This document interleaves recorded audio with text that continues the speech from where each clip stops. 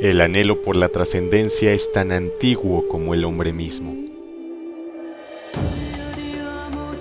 Aún en la época prehistórica, el ser humano, consciente de su existencia, se revela ante lo efímera que es ésta. Por ello trata de buscar razones que expliquen las causas de todos los fenómenos que lo rodean, pero sobre todo, que le den un sentido a su propia vida. De esta manera surgieron las religiones animistas, totémicas y politeístas, que atribuían a causas sobrenaturales la aparición de todo cuanto acontecía y existía. Más tarde, aparecieron las tres grandes religiones monoteístas, el judaísmo, el cristianismo y el islamismo. Estas afirman que es solo uno el Dios y creador de todo cuanto existe, y es en base a esta fe que le dan una explicación a su existencia. Acompáñenos en este camino que trata de descubrir el sentido que las distintas perspectivas religiosas dan al misterio de la vida. Vamos juntos a emprender este viaje en busca del sentido.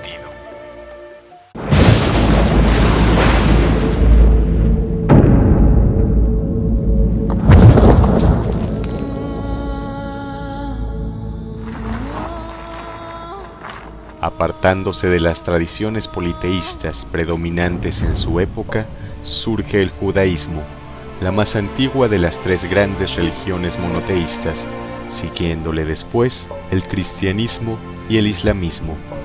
Estas tres religiones comparten la característica de ser reveladas, es decir, no es el hombre quien las inventa, sino que es el propio Dios quien las comunica. El judaísmo nace propiamente como pueblo judío cuando Moisés saca al pueblo de Israel. Ahí nace, se identifica un pueblo como tal. Hay gente que lo toma mucho más para atrás cuando Dios llega con Abraham y le dice, anda y vete de su ciudad de Ur, Caldeo, y le dice, y Abraham toma sus cosas y se va, y empieza a ser el primer monoteísta. Pero ahí no nace el pueblo judío en sí. El pueblo judío nace propiamente el día en que Moisés, Moshe en hebreo, saca al pueblo judío como tal y le es revelada en el Sinaí los mandamientos divinos hacia el pueblo judío, ¿no? Ahí es cuando nace el pueblo judío propiamente. Las tres principales religiones monoteístas, el judaísmo, el islam y el cristianismo, remontan al mismo contexto geográfico, es el Medio Oriente, y las tres religiones se remiten al mismo Abraham como su mismo padre en la fe.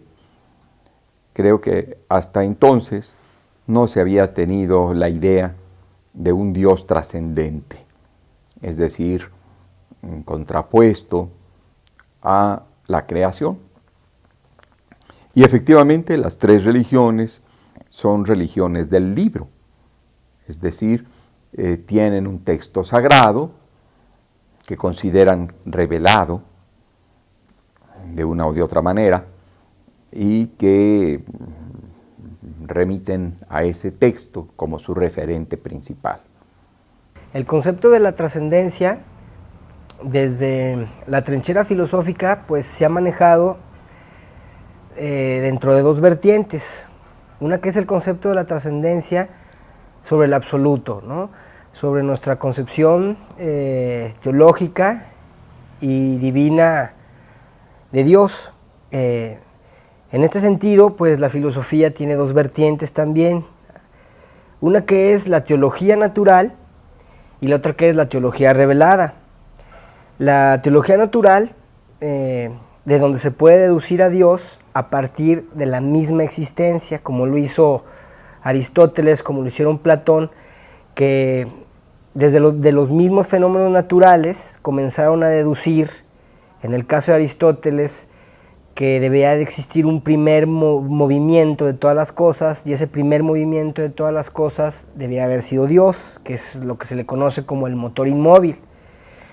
Por otro lado tenemos a la teología revelada, que nos habla de que un ser supremo se manifiesta individualmente a un hombre desde el punto de vista filosófico existe una gran problemática al tratar de ver como objetivo este concepto, debido a que no hay una secuencia lógica que nos haga posible observar de dónde se deduce esa revelación.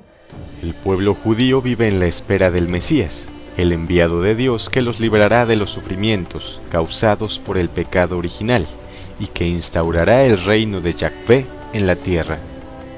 Bueno, la cuestión mesiánica es algo que en la vida judía está muy reservada a poca gente. Y la figura del Mesías obviamente tiene un fin que es la paz total en la tierra, la observancia de todos los mandamientos en la vida diaria. Esa es la vida mesiánica. Hay un grupo de gente que sigue en la ferviente creencia de que el Mesías va a ser un enviado del Señor, que tenga las características que de las Escrituras se desprende. Muchas personas hablan que el Mesías justamente solo va a venir cuando se cumplan los mandamientos, cuando Dios envíe a una persona en específico que venga a dar a conocer la palabra revelada o divina. En lo que nosotros llamamos Antiguo Testamento, dentro del judaísmo, sí se pueden encontrar textos proféticos de la figura de un personaje en que es visto que trae la salvación. Cómo se piensa este personaje varía. Se puede decir que existen dos corrientes en el Antiguo Testamento: la corriente real, los textos inspirados en la realeza, que ve este personaje en continuidad con David, este rey en el cual Israel tuvo su auge, y que ven este personaje como un guerrero invencible, favorecido por Dios, por lo tanto con milagros, que haría de su pueblo una gran potencia mundial. La otra corriente que se encuentra en algunos textos esbozado es la del justo sufriente. Esto rompe un poco el sentido del Antiguo Testamento acerca del sufrimiento, que siempre se ve como castigo al pecado, a la culpa, pero aparece un justo que no tiene culpa y que sufre como expiación de las faltas de los demás, de otros muchos.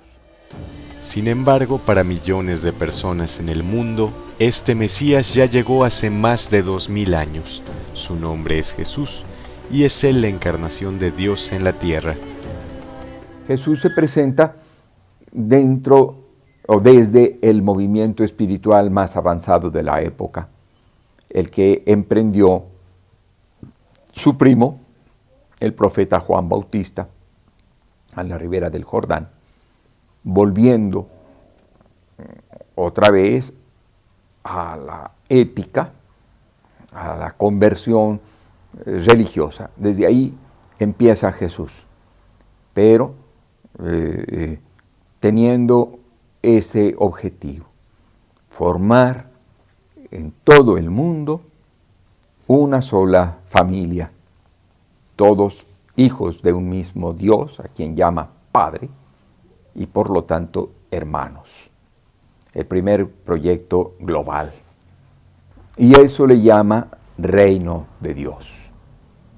Un reino en que las relaciones serán de fraternidad, de justicia, de amor, de paz, expresando quién es este Padre Dios, no tanto ese Dios Yahvé veterotestamentario, a quien no se podría ni siquiera nombrar, sino ese Dios misericordioso y compasivo que Jesús manifiesta interesándose por cada persona con quien toma contacto, especialmente los enfermos, los pobres, los afligidos. Jesús para el pueblo judío representa un judío más. Los sumos sacerdotes no lo consideran como el Mesías, ni siquiera lo consideran como parte de ese grupo selecto, le podríamos llamar, del sumo sacerdocio, de los Kohanim, de los Cohen. Y él pasa a ser un judío que interpretó las escrituras de una forma. El principal motivo por el cual no se toma a Jesús como alguien que pueda ser el Mesías o Hijo de Dios para el pueblo judío es, entre otras, es que uno de los requisitos es que cuando venga el Mesías va a haber paz entre las naciones. Dice, no se alzará espada en nación contra nación el día que venga el Mesías. Y Jesús vivió en una época de guerra y bueno, seguimos en una época de guerra. Pero no veamos a Jesús como el parteaguas entre una y otra religión. Esa es la parte que hoy tenemos que entender, que Jesús debe ser un eslabón entre todas las creencias del mundo para el bienestar de la humanidad al final del día. Es la visión más propia hoy en día del mundo judío de Jesús. Dentro de Occidente tenemos pues un ícono fundamental de la religión occidental, que es Jesucristo. Ha habido corrientes filosóficas y corrientes teológicas que han cuestionado la divinidad del mismo Cristo. Dentro de las corrientes teológicas más cercanas a Jesucristo se encuentra lo que es el arrianismo. Arrio, que era un patriarca de la iglesia, que queda al margen precisamente de la iglesia, porque Arrio nunca le concedió ese elemento de divinidad absoluto a Cristo, sino lo concebía como un iluminado, como una persona que había incrementado a tal grado su conciencia que había llegado al nivel de la conciencia universal, ¿no? En donde en su mente, en su corazón y en su alma existía el amor total hacia todas las cosas, hacia todos los hombres y hacia todas las diferencias que existían en su época. Jesús, el Cristo, hizo grandes críticas a la religión judaica de su época. Se enfrentó cara a cara con las autoridades de la misma, hecho que le valió su muerte. Jesús se presenta, por una parte, en continuidad con el Antiguo Testamento. Dice que no ha venido a abolir la ley, sino a darle su cumplimiento. Y se presenta en continuidad con la corriente profética de Galilea, es decir, aquella corriente que piensa que el verdadero culto a Dios no está en los sacrificios ni en la observancia puntual de una ley que a lo largo del tiempo se había convertido ya en opresiva, en el legalismo de los fariseos, sino precisamente en la solidaridad con los más vulnerables, es decir, el huérfano, la viuda, el forastero. La vida judía es muy rica porque al no haber hoy en día una cabeza que diga esta es como se debe interpretar la ley, sino es un grupo de estudiosos, rabinos, maestros que le dan la interpretación. Las leyes no son blanco y negro, siempre acaban en la casuística, en el caso particular, en las atenuantes y en las agravantes de cada situación. Por eso es muy... hoy en día lo que hizo Jesús de criticar, lo seguimos haciendo nosotros todos los días, tal vez no con esa pasión o con esa fortaleza o inclusive para los que Cristo es el Mesías con la divinidad. Pero los que somos judíos juzgamos muchas veces el actuar de nuestros prójimos del mismo judaísmo, porque a veces es excluyente, a veces es duro con el prójimo y a veces lo interpretan de diferentes maneras. Yo que vivo en un seno judío todos los días y que me toca participar no solo de la vida religiosa, sino de la vida cultural y social del mundo judío, les puedo decir que la interpretación de las escrituras es algo que es válido en el judaísmo, es algo que se vale cuestionar, se vale preguntar y dudar de lo que le responden, porque el pensar que una persona tiene la verdad absoluta es algo que por lo menos dentro de la gran mayoría del mundo judío no existe. Y Jesús prefirió cuestionar, que es la forma judía de hacerlo. El judío no se esconde, el judío cuestiona cuando cree que la interpretación es equivocada. Entonces, ni se ve mal, ni mucho menos. Eso lo seguimos haciendo hoy, nosotros, todos los días nuestros.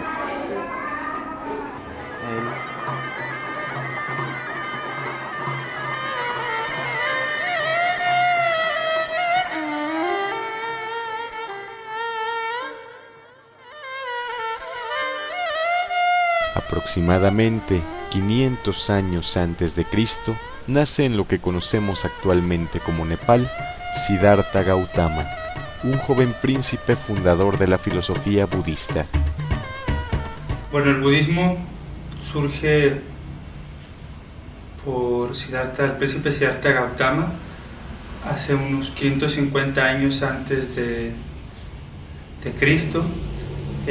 Nace este príncipe, nace en un palacio en India, al norte de India, y bueno, tiene una opulencia, pero para esto, cuando va a nacer, su mamá tiene un sueño, y sueña que el hijo que iba a tener o iba a ser un gran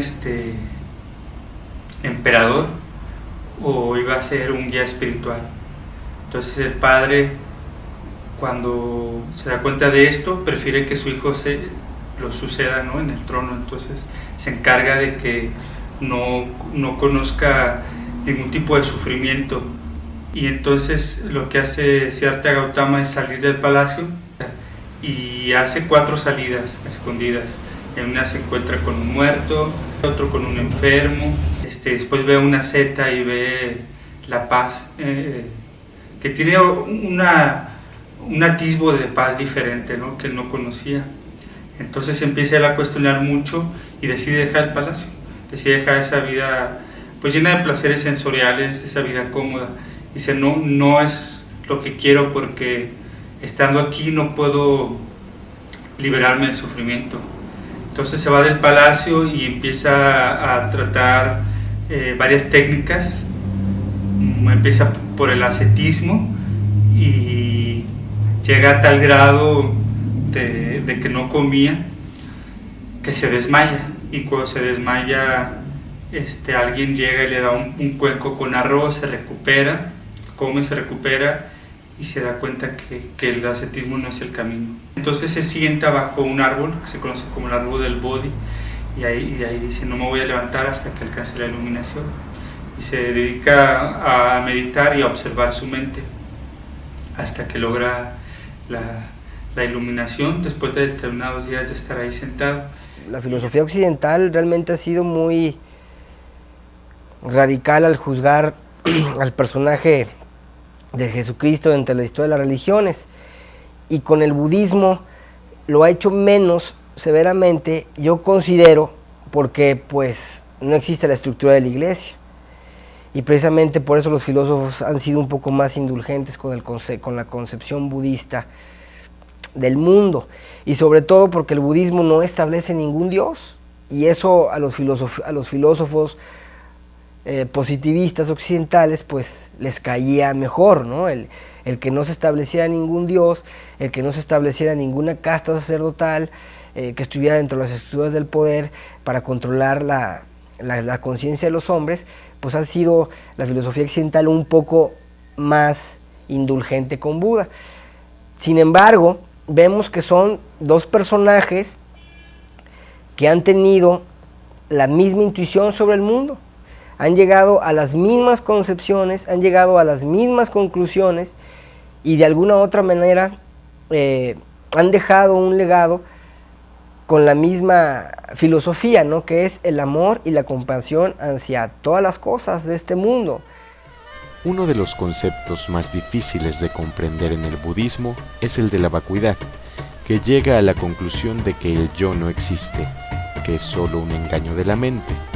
Con ello, los budistas se sienten en comunión con todo el universo, ya que creen que todos somos parte de una misma unidad. Bueno, el concepto de vacuidad es uno de los temas más profundos y complejos dentro del budismo. Por ejemplo, vacuidad, estamos hablando de que es algo vacío. Una de las clásicas interpretaciones es que la gente piensa que vacío es nada, o que vacuidad, el budismo se está refiriendo a nada. Y no es así. Todos los fenómenos de la realidad, sean psicológicos, físicos, están vacíos de existir por sí mismo. Hay dos posturas equivocadas de percibir la vacuidad. Una es el eternalismo. Si decimos, bueno, el cuenco existe por sí mismo, entonces el cuenco no depende de los demás y va a existir de manera permanente como tal. Hemos visto que según cómo se use, dejará de ser cuenco o se convertirá en una base para una maceta, en un plato para un gato. Además, pues el cuenco está cambiando, este cuenco ya no es igual de cuando se compró, ha ido envejeciendo y tarde o temprano va a desaparecer como todo en la realidad.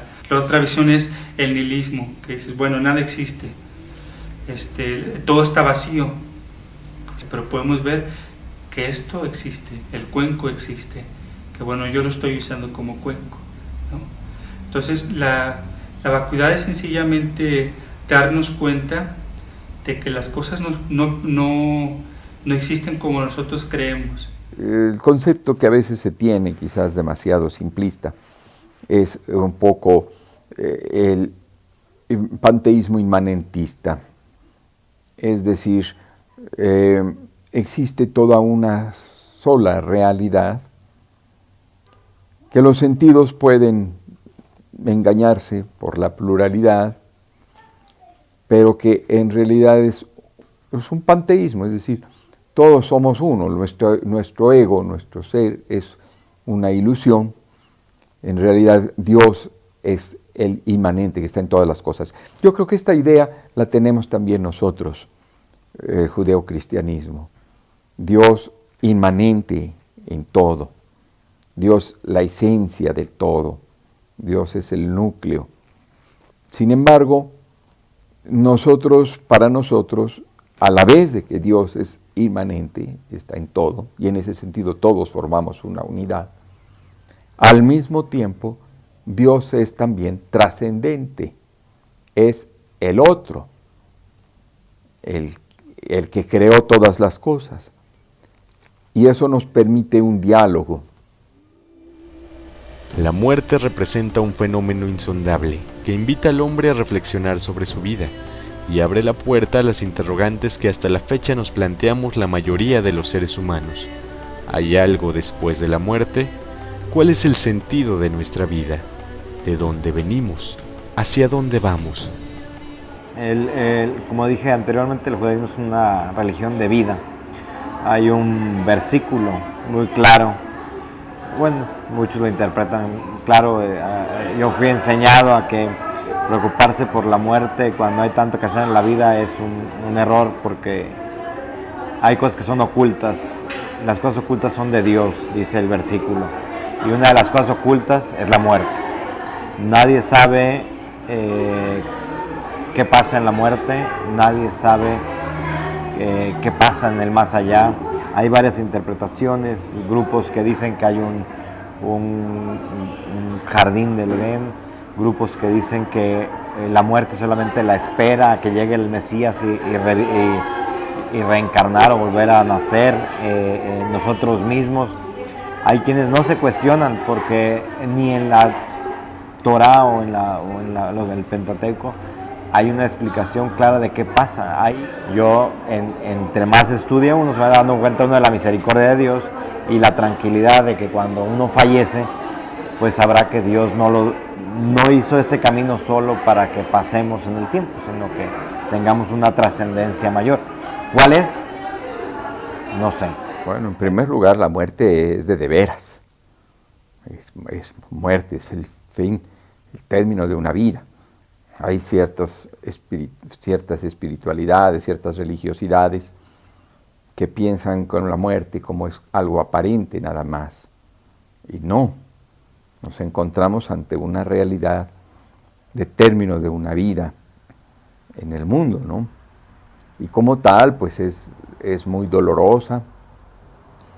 Sin embargo, nosotros tenemos una esperanza, la esperanza de la resurrección. La teología ha pensado que cuando el cuerpo muere, el ser humano no se reduce exclusivamente al elemento material, que tiene un elemento espiritual no sujeto a la corrupción. Pero, además de esto, el pensar en la resurrección de Jesucristo, testimoniado por los apóstoles, y la promesa, fiados en su promesa, pensamos que algún momento podremos resucitar también en cuerpo. Entonces, ¿cuál es la trascendencia de la muerte para el budismo? Bueno, uno es que la muerte se convierte en una práctica importantísima para ver cómo esta preciada vida humana, que es en la que podemos practicar mejor las enseñanzas, se dice que la muerte es certera, todos vamos a morir, creo que nadie tiene duda de eso, pero el momento de la muerte es incierto, nunca sabemos cuándo va a pasar. Y la muerte alcanza a jóvenes, a niños, a ancianos. La muerte no respeta edades, ni condición social, no importa si eres rico, si eres pobre, no importa todo eso, porque la muerte nos va a llegar a todos.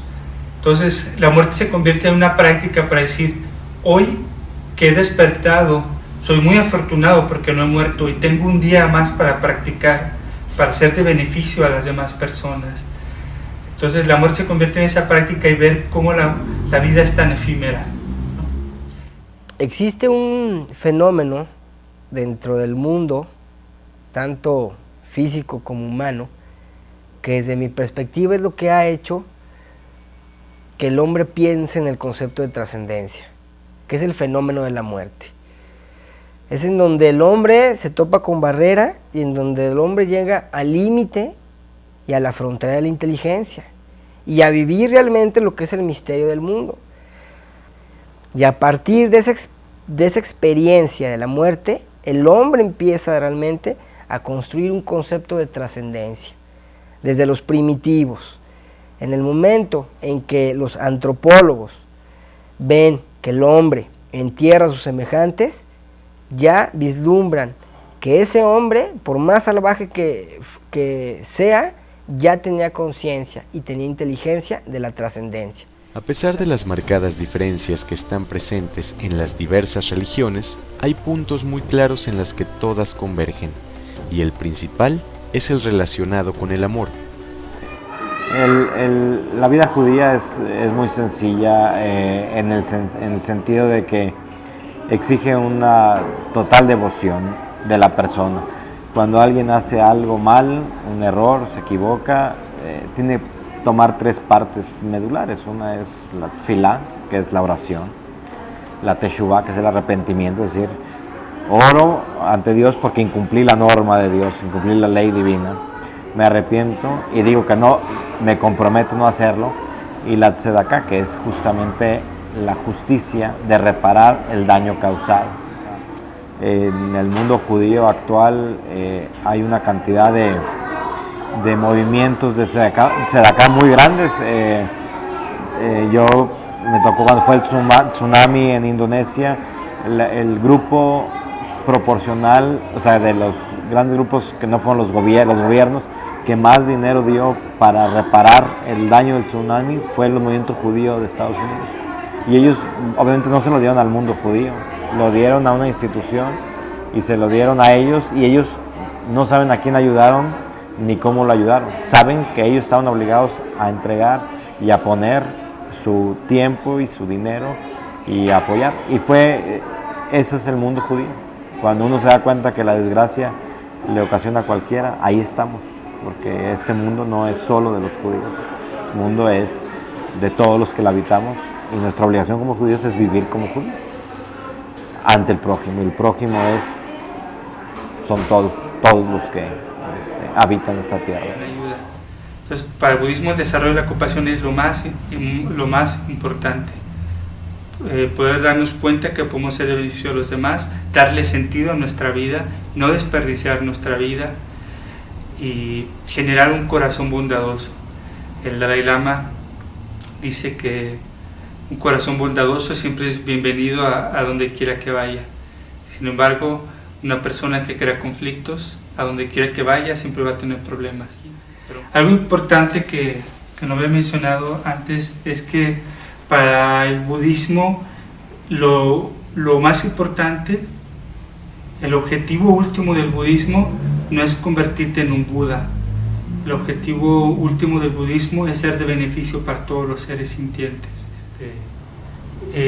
Y siempre, sobre todo, haber un respeto total a todas las religiones. Todas las religiones son importantes. El Dalai Lama dice que si solamente existiera una religión, pone el ejemplo de un restaurante. Si fuéramos a ese restaurante, todos tendríamos que comer de ese platillo.